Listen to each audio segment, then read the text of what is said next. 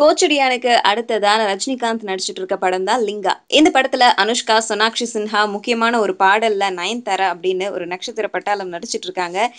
வேறு காலகட்டத்துல நடக்கிற கதை மாதிரி இந்த படத்துல இருக்கிற கதை அமைஞ்சிருக்கு அப்படிங்கறதால, பழைய கால ரஜினி கூட காமெடி பண்றதுக்கு வடிவேலையும், இள வயசுல அதாவது யங்கா இருக்கிற ரஜினி கூட காமெடி பண்றதுக்கு சந்தானமும் ஒப்பந்தம் ஆயிருக்காங்க அப்படிங்கிற இன்ஃபர்மேஷன் இதுக்கு முன்னாடி நம்ம கேள்விப்பட்டோம். அத வடிவேலுவும் உறுதிப்படுத்தி இருந்தாரு. இப்போ சந்தானமும் இந்த படத்துல நான் நடிக்கிறேன் அப்படிங்கறத ட்விட்டர் மூலமா உறுதிப்படுத்தியிருக்காரு. சந்தானம் கிட்ட இந்த படத்துல நடிக்கிறது பத்தி பேச்சுவார்த்தை நடக்கும்போது, ரஜினி சார் படத்துல நடிக்கணும்னா அதுக்கு நான் குடுத்து வச்சிருக்கணுமே, கண்டிப்பா நான் கால் ஷீட் தரேன் அப்படின்னு சொல்லியிருக்காராம்.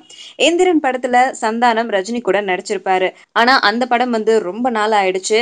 அந்த படம் வரும்போதெல்லாம் சந்தானம் ஒரு வளர்ந்து வர்ற காமெடியனா இருந்திருந்தாரு. ஆனா இப்போ ஒரு இம்பார்ட்டன்ட்டான தவிர்க்க முடியாத காமெடியனாகவும் நடிகராகவும் ஆயிட்டதுனால இந்த படத்துல இவர ஒப்பந்தம் செஞ்சிருக்காங்க அப்படிங்கிறது ரொம்ப குறிப்பிடத்தக்க விஷயம்.